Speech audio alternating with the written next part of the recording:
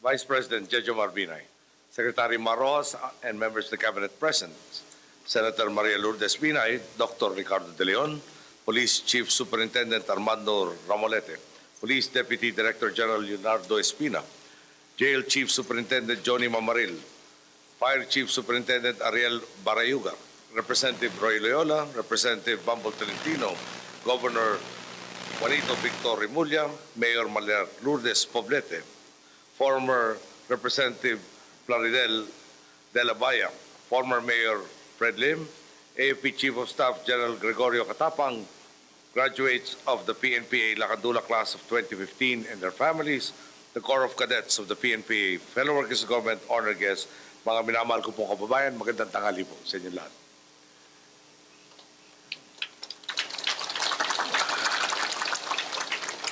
Ngayong araw po, pinamarkahan natin ang pagtawid ng 246 membro ng PNPA Lacandula Class of 2015 patungo sa pagiging membro ng ating uniformadong hanay.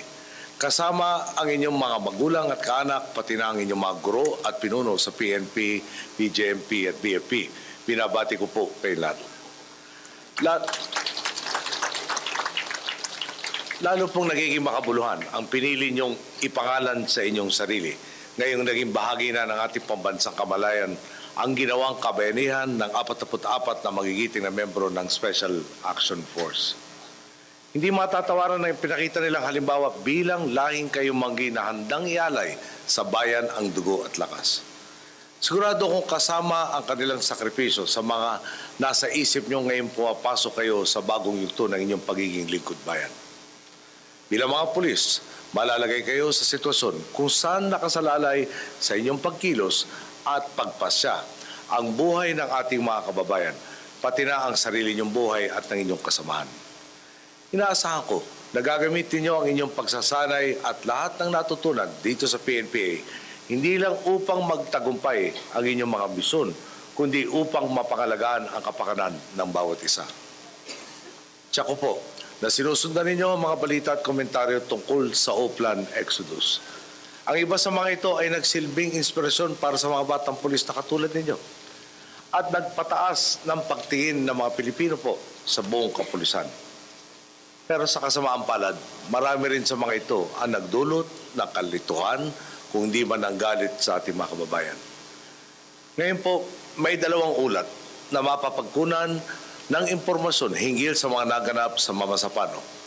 Ang Board of Inquiry Report at ang Senate Report na nabuo matapos ang ginawa nilang investigasyon. Maraming tanong sa isip na ating mamamayan ang masasagot ng mga ulat na ito.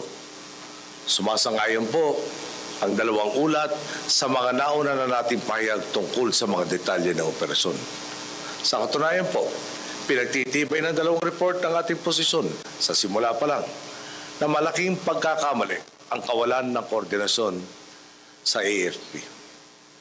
Ang kinalulungkot ko, imbis na magtanong sa akin, ay naglagay ng spekulasyon ang mga gumawa ng ulat. May tatanong nga po natin, paano naman makakatulong sa paglilinaw ng issue kung hula ang gagamitin imbis na facts? Maliban na lang kung may kailangan pang paglilinaw mula sa akin ang kinaukulan, ito na ang huling pagkakataon na magsasalita ko tungkol sa isyong ito. Siguro naman po, hindi kalabisan kung ipapahayag ko rin ang aking punto de vista upang linawin sa inyo ang pinanggalingan ng mga desisyong ginawa ko kaugnay ng mga nangyari sa Mamasapano. Karapatan ninyong malaman ang buong katotohanan. Madalas kang nasasabi, the truth shall set us all free.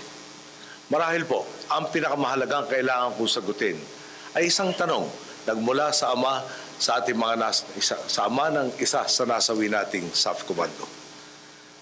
Tanong po niya, bakit ninyo pinapunta doon ang anak ko? Bakit niyo siya pinabayaang mamatay? Naunawaan ko po ang pinanggagalingan ng ganito mga pahayag.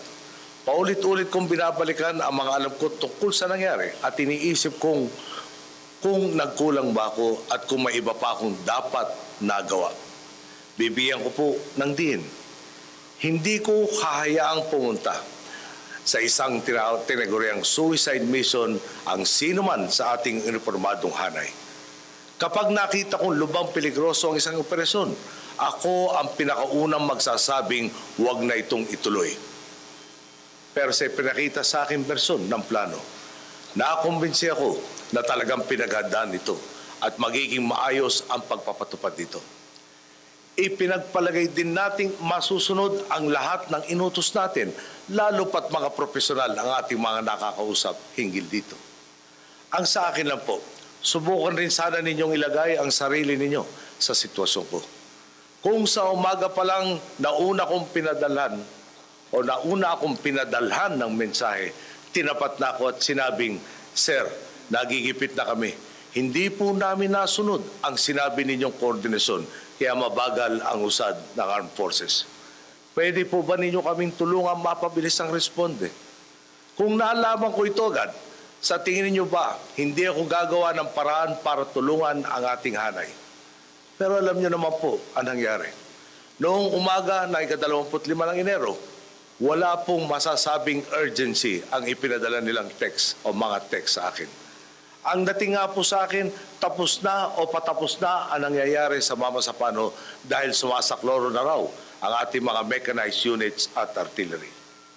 Kaya naman po, itinuloy ko ang plano kong pumunta sa Zamboanga. Hayaan ninyo rin ipaliwanag ko ang mga nangyari noong nagpunta ko doon. Dahil sa mga naunang pag-atake ng Rogue MNLF, inutos natin at itinuturing ng hardened site ang Zamboanga City.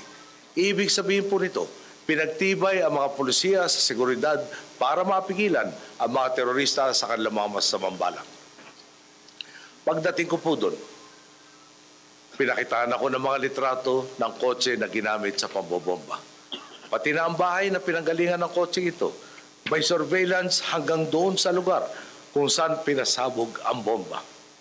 Ang tanong nga po natin, kung nasundan na itong sasakyan na ito, bakit hindi pa napigilan ang pag-atake? Alam po nyo, wala po makasagot sa akin noong araw na yon at sa mga sumunod na araw, doon po naipaliwanag sa atin na wala pong nakita yung ating intelligence operatives sa tinatawag na overt acts na magsisilbi sanang probable cause o dahilan para sitahin ang mga nakasakay. Bukod pa rito, magdadalawang taon na ang nakalipas mula nang mangyari ang Zamboanga Siege. Ngunit hindi pa rin naisa sa ayos ang mga dapat isaayos dahil sa mga lokal na issue. Kaya nga po, gusto kong gamitin ang pagkakataon upang kausapin ng masinsinan si Mayor Beng Climaco nang mapabilis ang rehabilitasyon ng mga apektadong komunidad.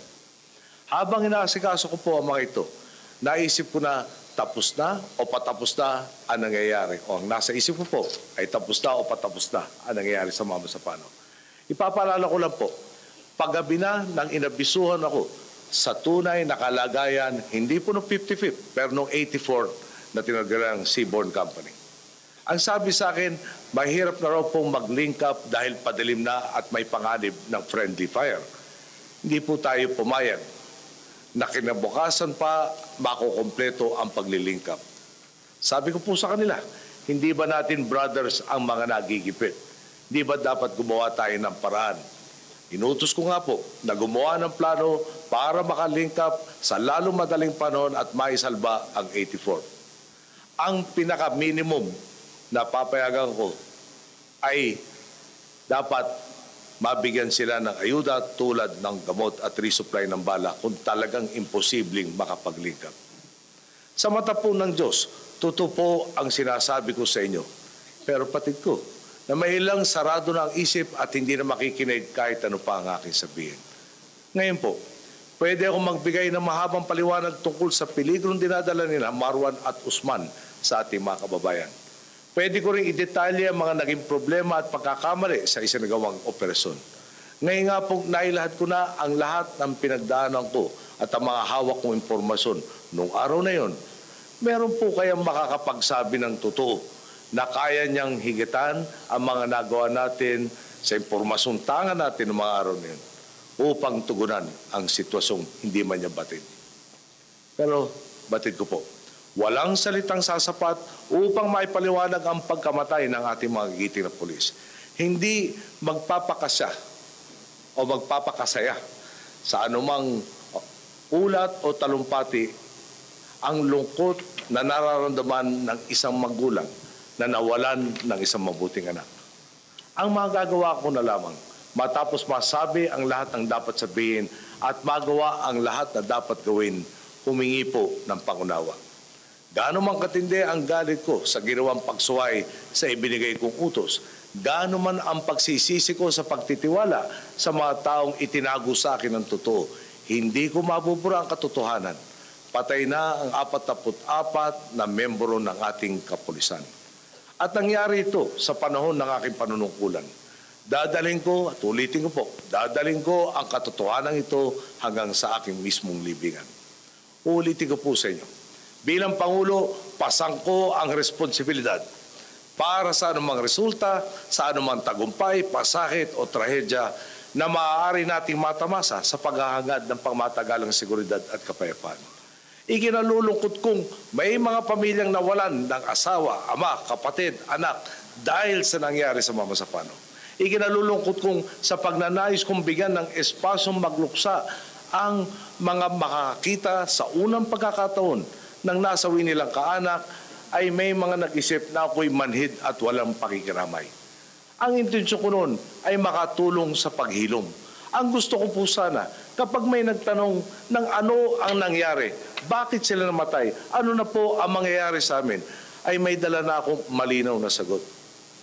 Kung ang naging tugon ko sa mga katanungan ay hindi ko po alam, paano ko makakatulong sa kanilang paghilom? Ikinalulungkot ko ring nadadamay ang ating usaping pangkapayapaan dahil sa sentimentong naikakabit sa naging resulta ng Oplan Exodus. Sa bawat Pilipinong nabigo at nasaktan dahil sa mga pangyayaring kaugnay ng operasyong ito, buong pagpapakumbaba kong hinihiling ang inyong pangunawa. Bilang Pangulo, napakaraming usapin ang kailangan kong tutukan ng sabay-sabay na kailangan na agarang tugon at pagdedesisyon.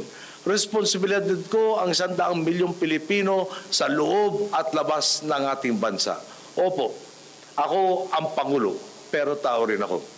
Hindi ko kayang basahin ang iniisip ng bawat kausap ko at hindi ko kayang mabantayan ang lahat sa lahat ng panahon. Pero gaya po ng aking panata, patuloy kong gagawin ang tama at makatwiran. Patuloy kong gagawin ang lahat ng aking makakaya upang paglingkuran ang lahat at maging totoo sa aking sinumpang tungkulin. Hindi ko naman po sinabi na kagaya ako ng Diyos na alam ang lahat. Pero responsibilidad ko na itama ang mali kapag nadiskubre ang mga ito.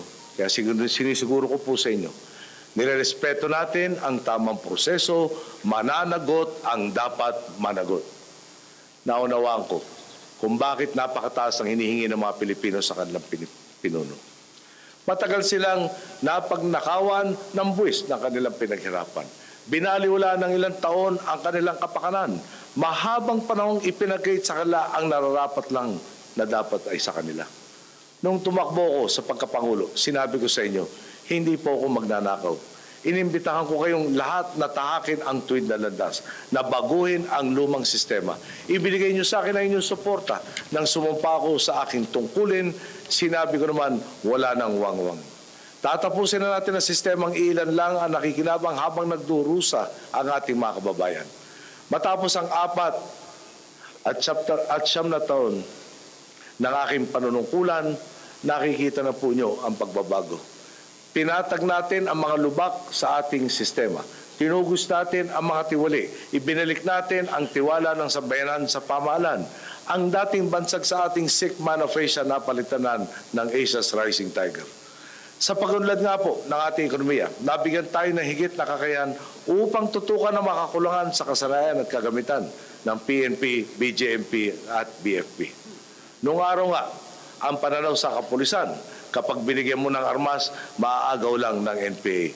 Noong 2007, mababasa sa mga pahayagan bilang halimbawa, na imbis na bigyan ng dekalibreng armas at kagamitan, ang pinapagamit po sa ating mga pulis ay pito at batuta na lang raw para hindi agawin ng NPA.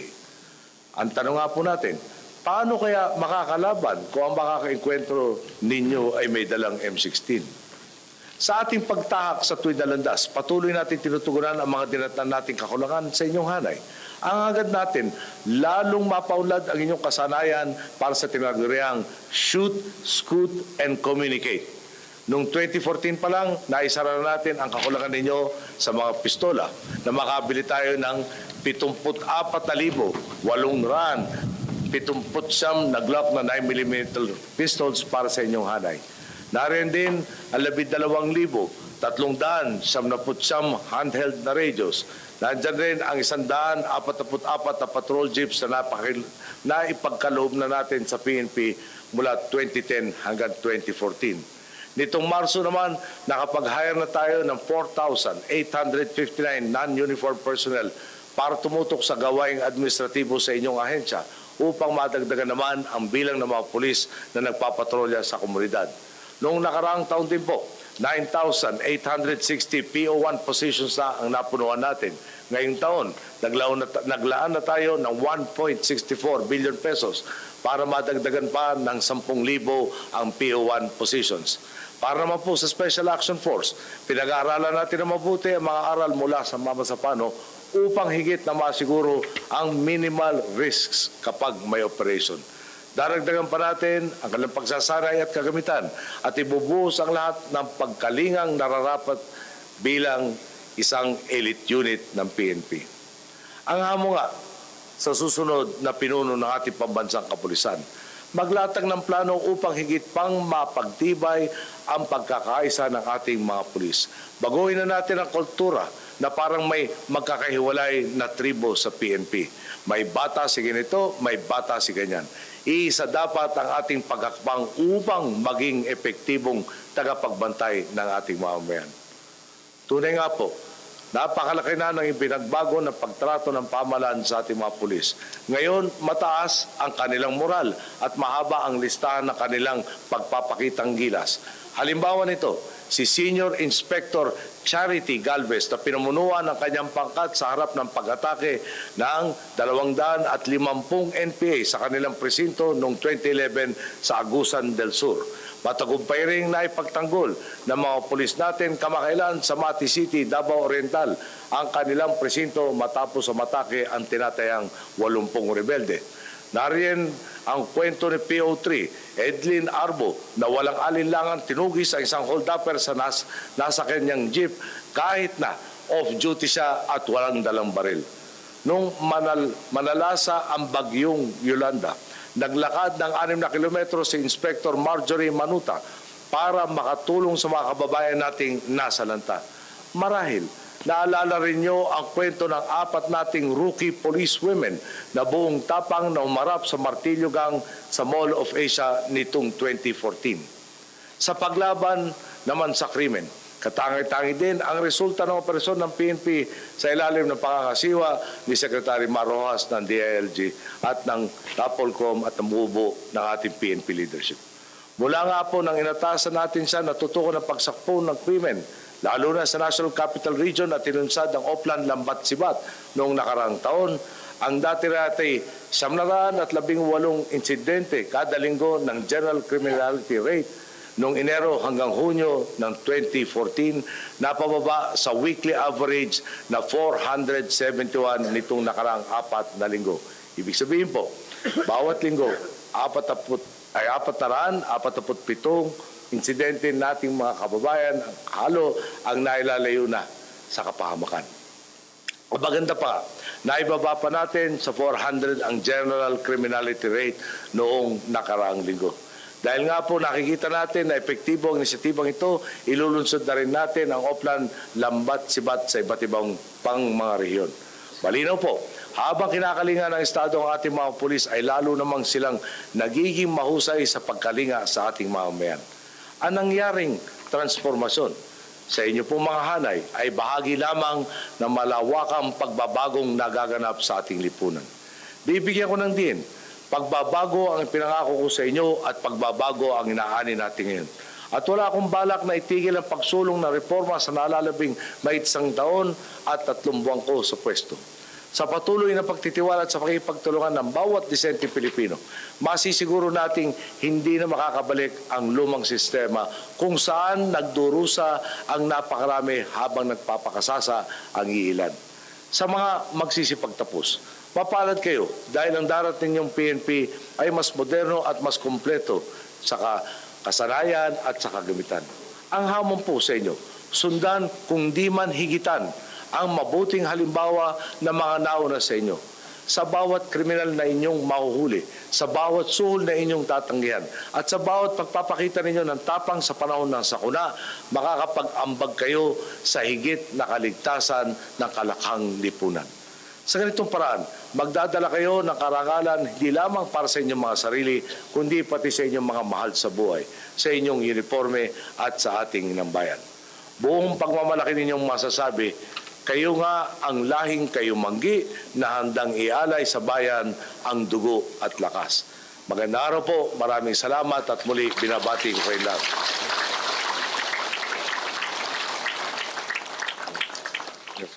In observance of the time-honored tradition of the Philippine National Police Academy on the occasion of the 36th PNPA graduation rites of the Lacandula class of 2015, I, Benigno S. Aquino III, as President of the Republic of the Philippines, hereby pardon all outstanding punishment tours and confinement periods of the underclassmen, 2nd, 3rd, and 4th class of the Cadet Corps, Philippine National Police Academy, as recommended by the Director, Philippine National Police Academy, effective today, 26th day of March, in the year of our Lord, 2015, at Camp General Mariano N. Castañeda, Silang Cavite. In your presence, I do sign.